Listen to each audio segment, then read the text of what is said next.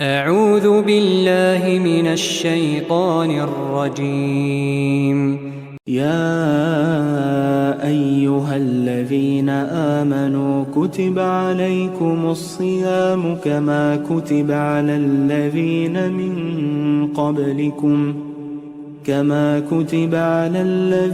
من قبلكم لعلكم تتقون। হে ঈমানদারগণ, তোমাদের উপর রোজা ফরজ করা হয়েছে যেরূপ ফরজ করা হয়েছিল তোমাদের পূর্ববর্তী লোকদের উপর, যেন তোমরা পরহেজগারি অর্জন করতে পারো। أياما معدودات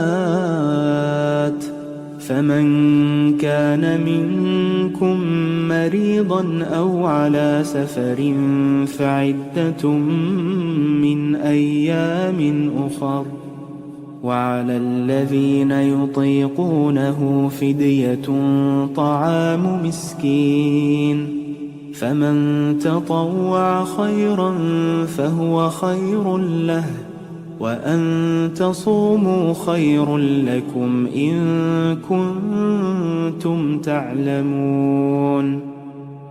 গণনার কয়েকটি দিনের জন্য, অতঃপর তোমাদের মধ্যে যে অসুস্থ থাকবে অথবা সফরে থাকবে তার পক্ষে অন্য সময়ে সে রোজা পূরণ করে নিতে হবে। আর এটি যাদের জন্য অত্যন্ত কষ্টদায়ক হয় তারা এর পরিবর্তে একজন মিসকিনকে খাদ্য দান করবে। যে ব্যক্তি খুশির সাথে সৎকার করে তা তার জন্য কল্যাণকর হয়। আর যদি রোজা রাখো তবে তা তোমাদের জন্য বিশেষ কল্যাণকর, যদি তোমরা তা বুঝতে পারো।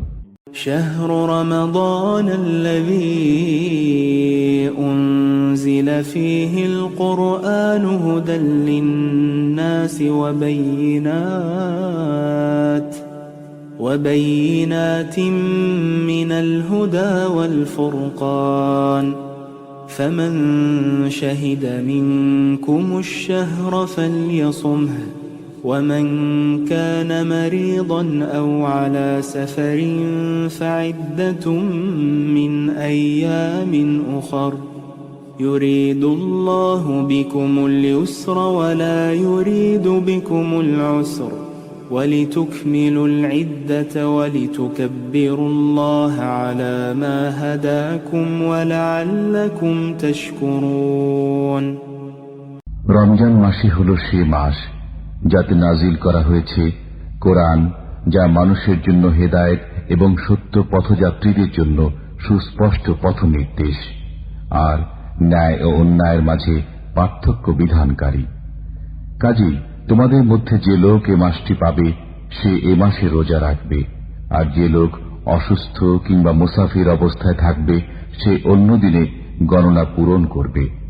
আল্লাহ তোমাদের জন্য সহজ করতে চান, তোমাদের জন্য জটিলতা কামনা করেন না, যাতে তোমরা গণনা পূরণ করো এবং তোমাদের হেদায়েত দান করার দরুন আল্লাহ তাআলার মহত্ব বর্ণনা করো, যাতে তোমরা কৃতজ্ঞতা স্বীকার করো।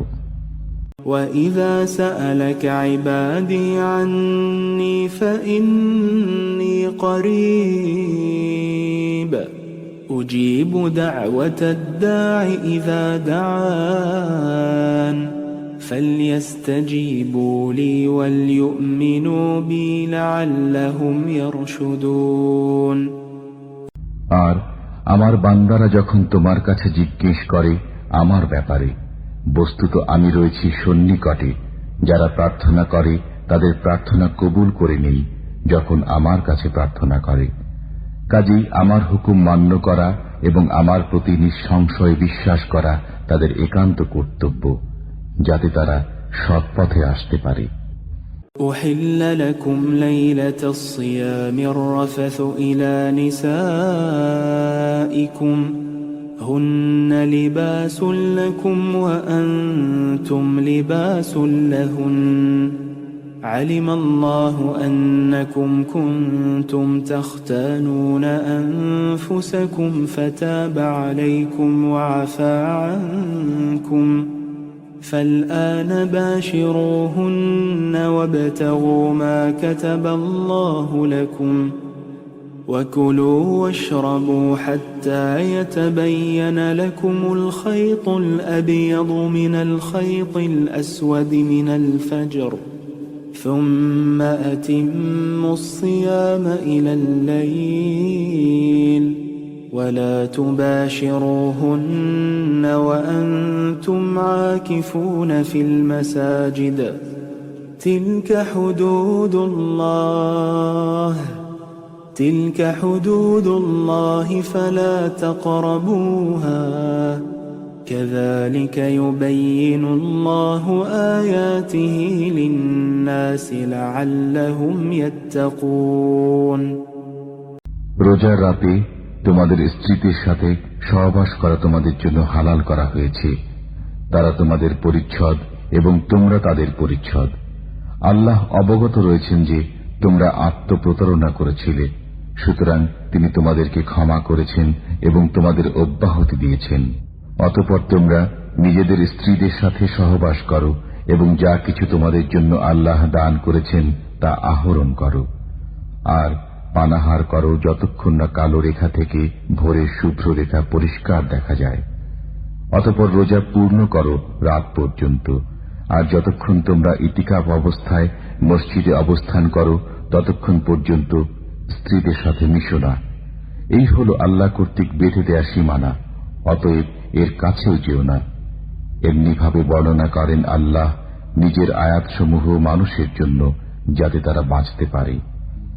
ولا تأكلوا أموالكم بينكم بالباطل وتدلوا بها إلى الحكام لتأكلوا فريقا من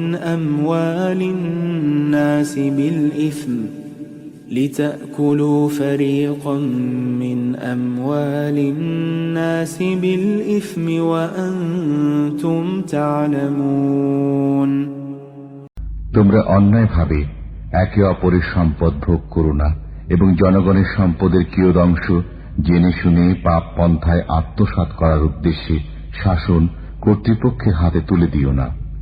يسألونك عن الأهلة قل هي مواقيت للناس والحج وليس البر بأن تأتوا البيوت من ظهورها ولكن البر من اتقى وأتوا البيوت من أبوابها واتقوا الله لعلكم تفلحون তোমার নিকট তারা জিজ্ঞেস করে নতুন চাঁদের বিষয়ে। বলে দাও যে এটি মানুষের জন্য সময় নির্ধারণ এবং হজের সময় ঠিক করার মাধ্যম, আর পেছনের দিক দিয়ে ঘরে প্রবেশ করার মধ্যে কোনো নেকি বা কল্যাণ নেই। অবশ্য নেকি হল আল্লাহকে ভয় করার মধ্যে। আর তোমরা ঘরে প্রবেশ করো দরজা দিয়ে এবং আল্লাহকে ভয় করতে থাকো, যাতে তোমরা নিজেদের বাসনায় কৃতকার্য হতে পারো।